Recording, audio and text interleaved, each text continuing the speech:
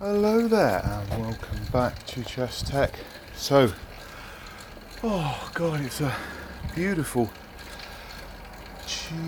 Monday morning and it's sunny and I'm on the exercise bike. So what are you seeing here? Yes, that's it. Read that number, rating. 2002 Blitz rating. I finally got back to 2000, and as you can see by my graph, it was a bit of a, do you know, if you look at the beginning there, October 2018 when I hit about 2050, and then pretty much declined ever since, and then only in this year I managed to get back up, and almost a year later, 11 months later, did I manage to get back to 2000, which is unbelievable. But I learned a lot along the way, and as some of you know, I tend to play chess whilst either walking, running, or on an exercise bike, which is a challenge. Sometimes I don't, but so there we go. But interesting things along the way that's happened. I found that I just couldn't get to I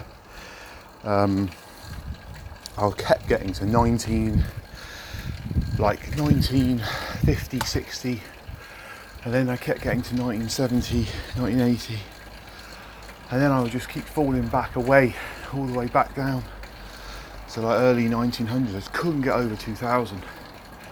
Now this obviously, the lesson here is psychology, because you obviously the more you want something and the closer you get to a goal, you start to tense up.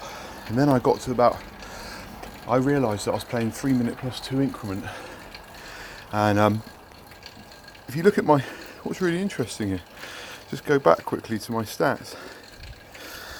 If you look at here, I've won 48% of my games, lost 47%, drawn 5%, and so basically I'm winning half the games I play and losing half the games, obviously, which is just I don't know if that's good, 50%. But here's really interesting. I looked on other chess sites that I play on historically, and the same thing comes out, about a 5% draw and 50-50 win-lose. What does that say? Anyway, and what I found was, so I'm playing the average player, just so you know. So my average opponent rating during this was nearly 1900. It's quite so I'm getting 50% against 1900 players. What does that mean? Does that mean I'm just a 1900 player? And that's where I am, I suppose. Give or take a bit more than that. But other ratings, so yeah, we need to work on those. And so basically, let's just go back there a second and look at some of the games.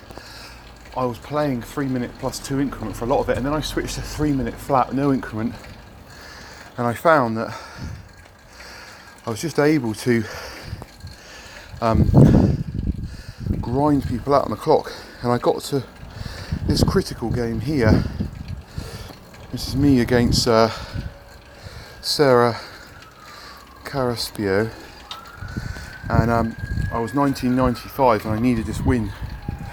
I needed one win at 1995 to get me over 2000, and basically I've been reverting to this just 3 minute flat once I got to about 1950, because I was just realising that it was going on forever, and I could just seem to grind people out more and pressure them more with a flat. Although I play better chess with the increment, the sad thing is that I can just grind people so well on the clock and pressure them. I think I can play enough good moves to get such a time advantage that it's very hard to come back from. But so this game here at 1995, I thought, should I be a bit of a pussy and just go and play some, just beat up somebody who's 200 rating points below me, some 1700 player, 1800 say, and try and just get over the line that way. And I thought, no, let's do it. So I went for a sort of London system setup, which I found that's the other thing I found. In order to get me over the line, I just really played two main openings, a sort of English and a London system. But probably, closer I got, I just played the London non-stop, or variations of it. I was quite pleased about this game because there's not really any, I didn't make any horrific blunders. I thought I just outplayed this guy. He's a decent player, and of course he can take that pawn, that's no problem. And I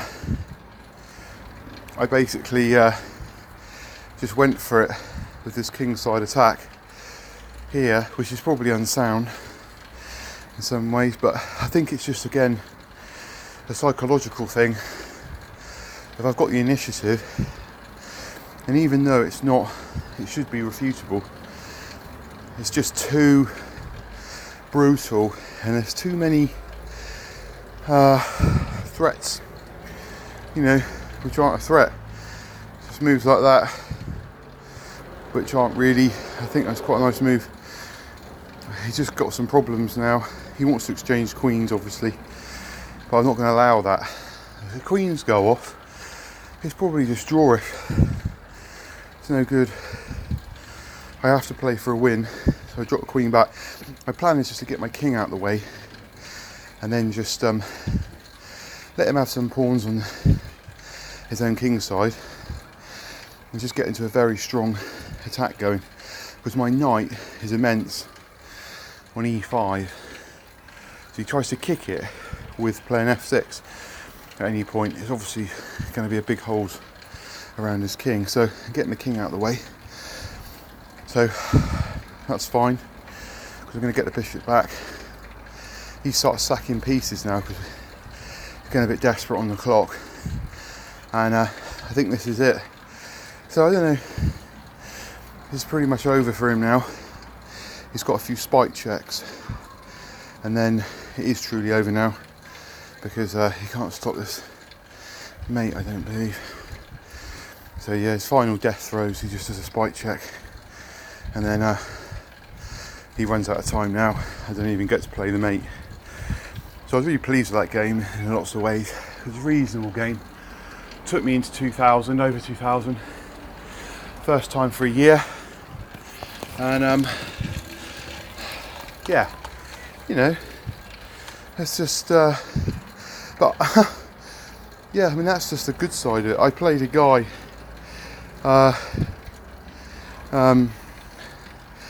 really strange guy, 3 games in a row, this Tarkles chap, and I just kept having these situations where I would be making progress. Like you can see here, 1988.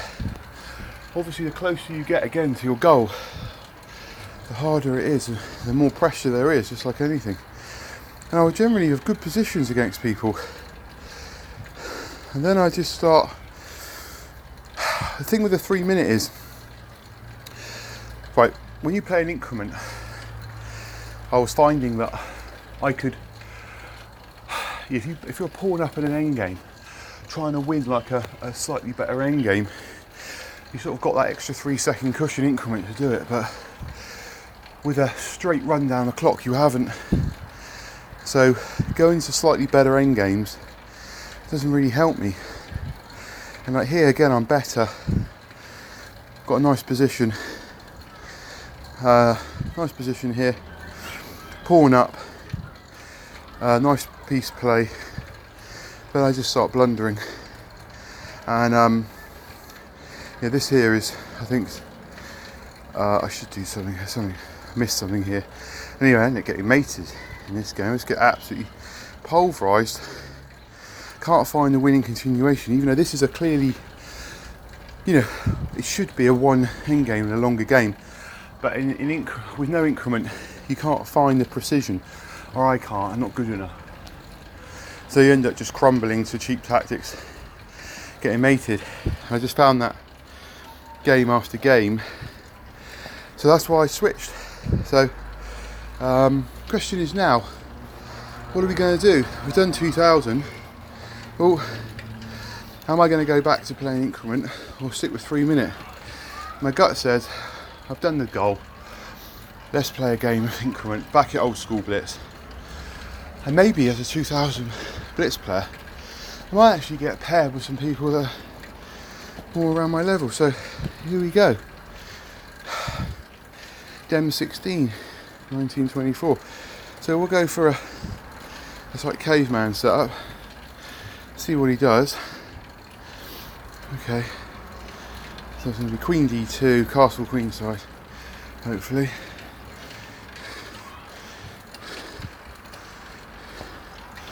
Not very, exchange that off straight away.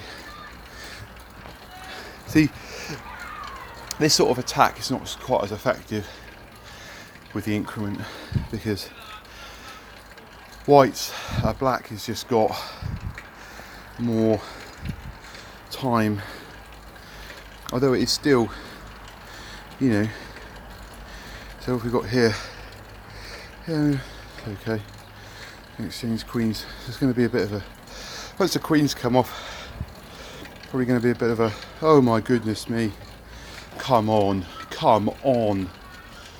you can't give me that. I'd play on probably, don't blame him. After the way I've played in a few recent games, I'd be playing on, but nothing to lose. So we can open this bad boy up and finish it quickly. So he just made a blunder. I mean, it's actually quite nice that somebody's made a blunder like that, because I normally make those blunders. Okay. You've got to check, doesn't really get me much. What I want to do is, oh, he just resigned. Oh, that was nice. That gets me a bit of a cushion. Lucky there. I was just lucky. I probably ought not to play like that game. But now I'm, you know, so I probably ought to play probably less. I used to play a lot of 1 minute chess, so I'm going to have to bin this guy off again, unfortunately. 200 points below me. Come on, Lee Chess. So, next goal, I suppose 2050 would be a good goal. I'm going to stick with a Scando. Okay, so he's got a pet line against it there. He's going to play. He's going to play d4, maybe. He's a little bit hesitant for some reason. Why on earth he did not play d4 then, I don't know. But never mind. So we've got Scandinavian here with like a sort of pawn on c4. He could have played d4. Don't know why he didn't. He's probably going to kick me now with b4. Fair enough. So continue development. So yeah, so this is roughly equal. Can't see many issues with my position. I'm going to bring my rook to d1, d8 even, probably, most likely. We've got to find a plan now. Okay, so I could play, I think I'm going to play just a6 because I want to play c5 pawn break, possibly. I don't want his knight coming into b5.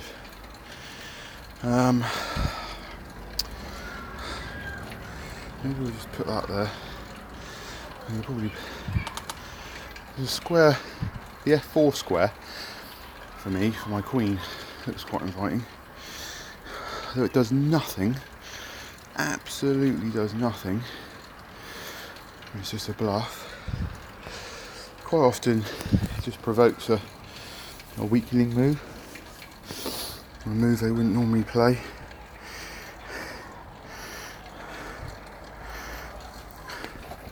Be a bit careful, don't get my queen trapped with something like him playing bishop e5. Be a little bit careful. So doing well on time. I could do with this win, it'd be a good cushion, because obviously I'm going to lose games getting up to 20-50, and you just need a bit of a cushion there for those moments. I'm going to play e5 here. Is that going to do anything? What does e5 do for me? Is it threatening? I think we'll just carry on with the building a strong centre. He's played that. So we could play now. There's a sort of a vague mating threat coming. That may have been a blunder. Can't see he's got many. I think I have to drop that right back so I can drop my queen back. There's no mega threats there. He can move his knight and give me discovery on my queen, but should be okay.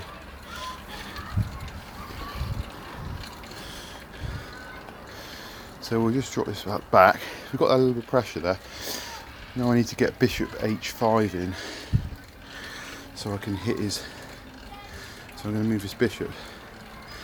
He's protecting. That's fine. But here, I'll try and exchange that white square bishop off. Be nice. There's nothing here. There's no threats here really. I think any good player would see us as all bluff. You just move his bishop. Well, okay. So, what can we do here? I'm going to try and just break something up here. It's okay. Okay. We don't really want that. Yeah, I forgot about that. Interesting, good move. It's a good move. Have I got to exact? I don't want to fracture pawn structure. That's not good with the knight there. I'm going to have to just do an exchange sack here. I think my bishop is quite strong actually, so I'm okay. I can live with it. Not ideal. Not ideal. Yeah. Got a bit too carried away in my position there. Kind of get something going a bit more on the queen side. Might move his rook across h4. I'm going to try and exchange my knight off probably, but he's got a big problem with moving his knight because obviously now his rook on the back rank's unprotected, where it was unprotected. I think we'll just give myself a little space, as they say. So I've got a bit of time back on him. Nothing too exciting. Not enough to really crush him. He needs to have less than 30 seconds. So that's okay. Giving me a little teaser there. Complete bluff. That's it. I'm just probing. If I can win a pawn, that'd be nice. Just a probing. So he's lost that. Win another pawn and get my queen. He's got a couple of positional issues, which is a bit frustrating for him because he obviously wants to move his knight, take it away and get it in the game, but it's sort of stopping the threats. So that's interesting. Let's exchange It's a shame that, because I would have kept my rook, but I can block it with a knight here. Hopefully I can still keep that pressure up. So hopefully now he'll be feeling a bit of time pressure. And get a few. If I win another pawn, get the mate threat back on. Obviously, it's not really a mate threat. So now we can just start dancing around with knight a bit, probably. No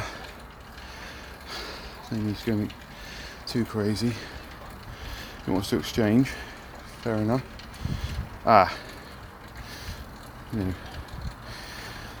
Problemo. Yeah, might have a problem here. Yeah, okay. So, just about salvage that. Got a bit of a positional issue here. I need to try and keep that pawn.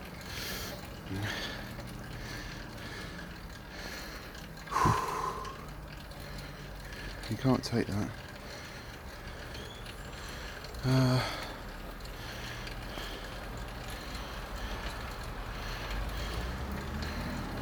That might be a blunder by him.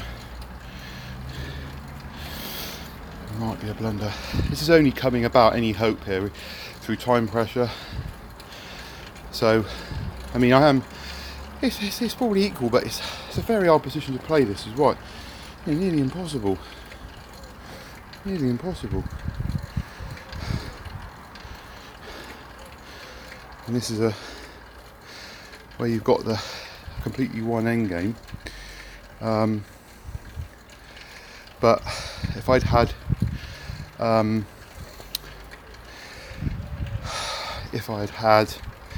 a normal clock, he'd obviously lost some time, but I'll be very careful here I don't get forked. Yeah, he wants to just play that all the time. Fair enough. Very careful. Obviously, he's got more issues than I've got.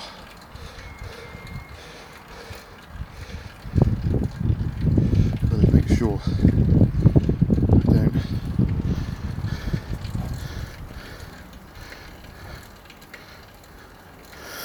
just don't blunder away the bishop. I'll try and get a check in. Get some pressure going on his king.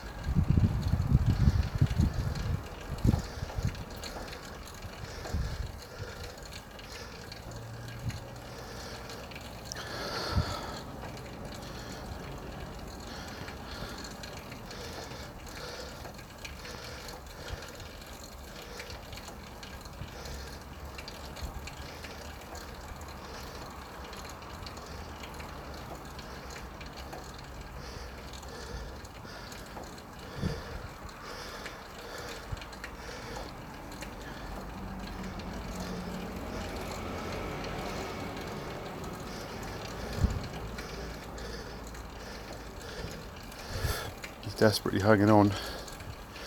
Sorry, commentary's gone here. You should be losing this game. I'm making a bit of a meal of it. So that's it now, it should be over now. Thank you. My goodness, I made a meal of that. But he fought well. Maybe there was something in my extracting off the rook for the bishop. Let's see what the computer thought. Let's see what the computer thought of that. Back down here. See, what's the situation here? Slightly better for white. Nothing earth-shattering. Oh, sorry about that. So we're just analysing that game. It's a shame. There's nothing worse than that happening. Really annoying. Alright, let's just go from the beginning and just see what happened. So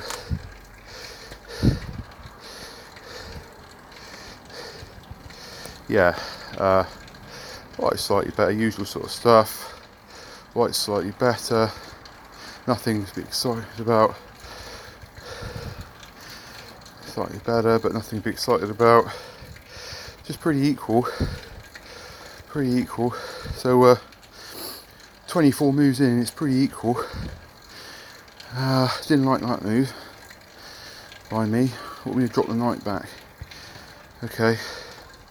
Yeah, so here's where it starts to go wrong a bit. But okay, so you get that. White's clearly better now, but he doesn't seem to make much of it, and he lets me back into the game. He's exchange up, but he's not really capitalising on it. He just lets me outplay him a bit in terms of just creating cheapos like that and keeping the time pressure on, because he is quite a difficult position to win this, because I've got an active pieces, you know, I've got the pressure.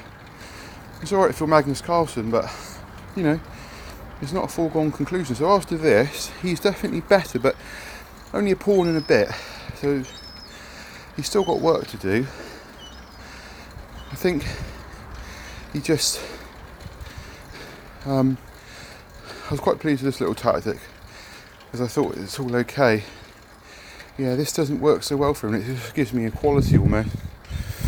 And then here, I missed being totally slaughtered and I blundered horrifically.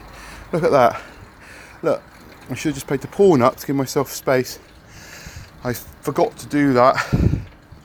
Brought the king in, he just plays rook down, check, I lose a piece. So I was just being let off the hook there. And he could still play it now, and he missed it. So basically, that move there I just played, which I should have played earlier, was right to make it an equal position, but I just didn't play it. I mean, that's horrific. So really, I just totally lucked out in that game in the end there. And he's a better player. But that's, you see, that comes down to the time pressure. He's only got seconds, I've got a minute. So that's what happens. That's the price you pay for taking a long time early in the game, in the middle game. You know, he only had seconds, so he just couldn't see that continuation. And here, 1, 2, 3, 4, 5. So this is definitely one end game for black. It's just not blowing it. You know, he'll be upset with himself for not seeing that. Obviously, I think I got these pawns moving, it's the right thing. Try and create a situation where he can't defend on both fronts. So I'm moving one pawn one way, king the other. There's another pawn over there, he can't take it. So yeah, there we go, that was the end. So thanks very much, appreciate it. Any comments or questions? I'll leave them on YouTube. See you soon.